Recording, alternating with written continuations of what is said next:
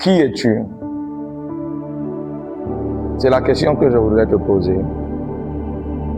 Vous savez, aujourd'hui, on voit beaucoup de personnes font certaines choses, qui font certaines choses. On voit des gens qui courent après des choses. On voit des gens qui courent après la mode, après le nouveau téléphone en fait qui est sorti. Parce qu'elles veulent appartenir à une certaine classe. On s'habille d'une certaine façon parce qu'on veut appartenir à un certain clan. On se comporte d'une manière parce qu'on veut appartenir à un certain clan. On marche d'une façon parce qu'on veut appartenir à un certain clan. Et cette quête-là pousse même des gens à aller voler ou acheter des chaussures qui sont à la mode. Et vous savez à quoi cela répond? Elle répond à la première crise de l'humanité, qui est la crise identitaire.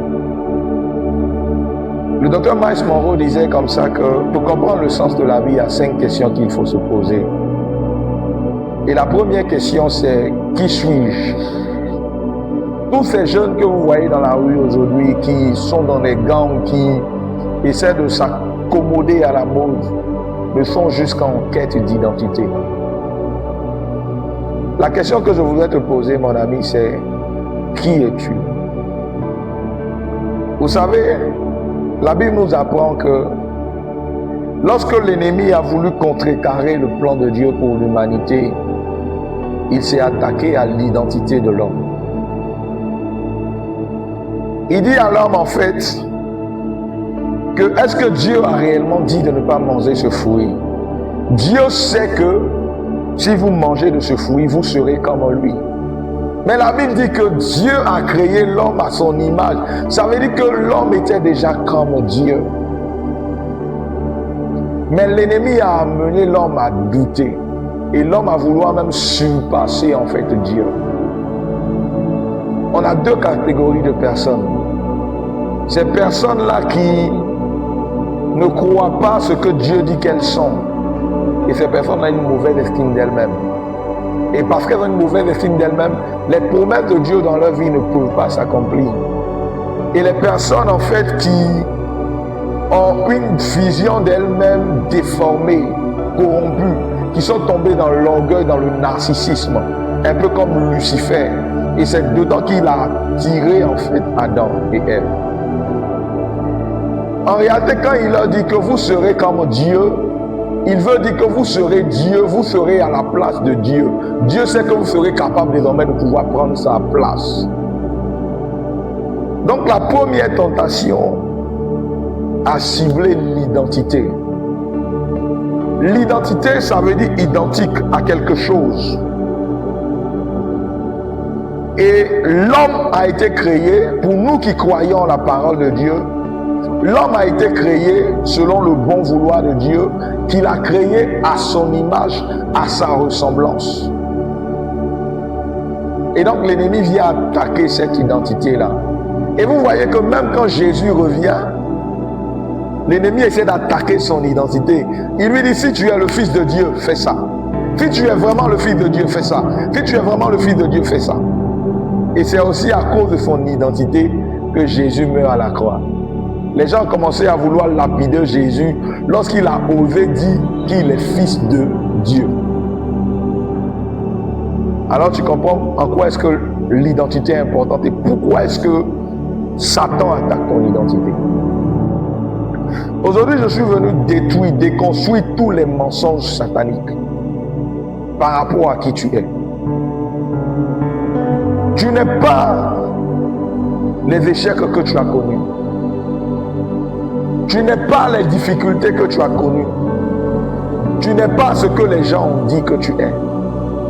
Mais tu es ce que Dieu dit que tu es. C'est Dieu qui nous a créés. Et nous sommes à son image. Vous savez, lorsqu'on est adolescent, la quête du soi nous emmène à nous poser des questions de qui nous sommes. Et parfois, les remarques qu'on peut recevoir de nos parents, de nos enseignants, de nos amis, peuvent nous blesser au point de douter de qui nous sommes. Au point d'avoir une si faible estime de nous-mêmes qu'on ne croit plus en les promesses de Dieu. Mais je voudrais te dire une chose. Dieu n'est pas un homme pour mentir. Alors tu peux lui faire confiance.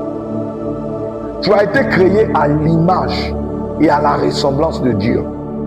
Je veux que cela entre dans ton esprit aujourd'hui. Parce que c'est la base de ce que Dieu veut faire de ta vie.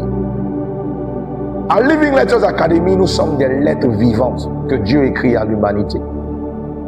Et la base, c'est notre identité en Christ. C'est cette identité-là qui nous permet de tenir ferme et de saisir les promesses de Dieu pour nos vies. Je ne sais pas ce que tu as vécu. Je ne sais pas comment tu t'es considéré jusqu'à aujourd'hui. Mais je viens t'annoncer que tu es le champion de Dieu. Que tu es la championne de Dieu.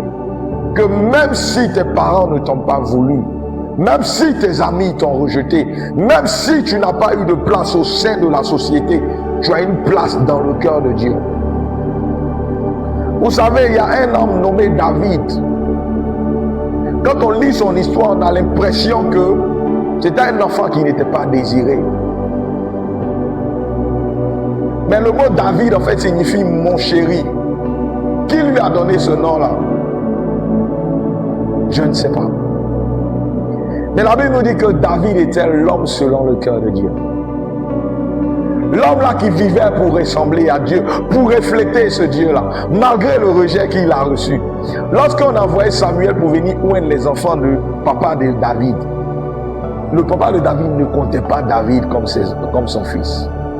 Il était derrière les troupeaux. Mais derrière le troupeau, là où personne ne le voyait, Dieu l'avait localisé. Je suis venu te dire qu'avant même que tu ne sois né, Dieu avait des projets grandioses pour toi.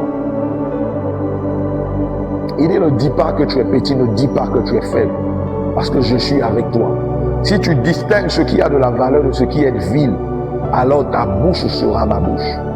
Dieu veut faire de ta vie un témoignage vivant.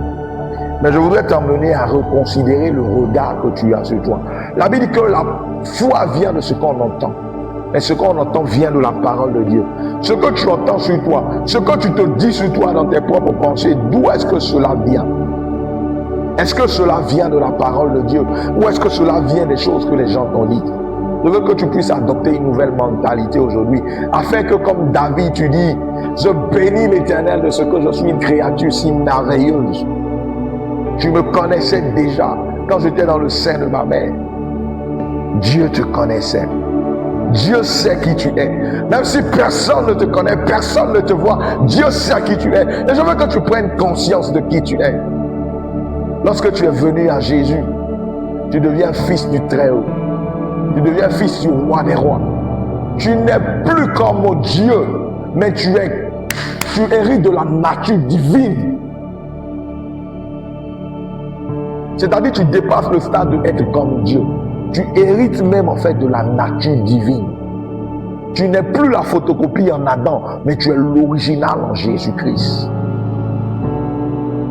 Et je veux que ça reste dans ton esprit. Est-ce que tu as déjà vu le fils du président de la République aller se promener dans la rue vivre comme du n'importe quoi? C'est comme ça que tu dois prendre conscience de qui est ton père. Et ça doit dicter maintenant ta façon de te comporter. Parce qu'au travers de ta vie, tu es censé le représenter. Je voudrais que tu puisses essuyer tes larmes. Parce que tu as été adopté par le roi des rois. Parce que tu as été adopté par le Dieu véritable. Ce que tu crois de toi doit venir de la parole de Dieu. Et la parole de Dieu dit que nous avons été façonnés à son image. Et lorsque nous le contemplons face à face, nous sommes transformés de plus en plus en l'image du Dieu vivant, en l'image de Christ, celui-là qui est le premier-né d'entre les morts. Est-ce que tu es mort, Adam? Alors réjouis-toi, parce que désormais, tu as l'ADN de Christ. Et au travers de sa parole, tu lui ressembles de plus en plus. Que Dieu te bénisse. Ne laisse plus jamais quelqu'un te faire croire que tu n'as pas de valeur aux yeux de Dieu, que tu n'es rien, que tu n'es personne, que tu es rejeté. Si le monde te rejette, Christ lui t'accepte. Si personne n'a voulu de toi, Christ a voulu de toi. Et parce qu'il est le Dieu créateur, vous deux, ça fait la majorité. Tu n'as pas besoin de l'approbation des gens. Tu vois, tu es devenu dépendant de l'approbation des gens parce que tu as perdu qui tu es. Donc tu essaies juste d'agir pour faire plaisir aux gens. Mais je te dis, sors de là aujourd'hui parce que Jésus vient à ta rencontre. Et il te dit que tu es comme lui. Que Dieu te bénisse. Je vais prier pour toi. Seigneur, je bénis ton nom, je te rends grâce.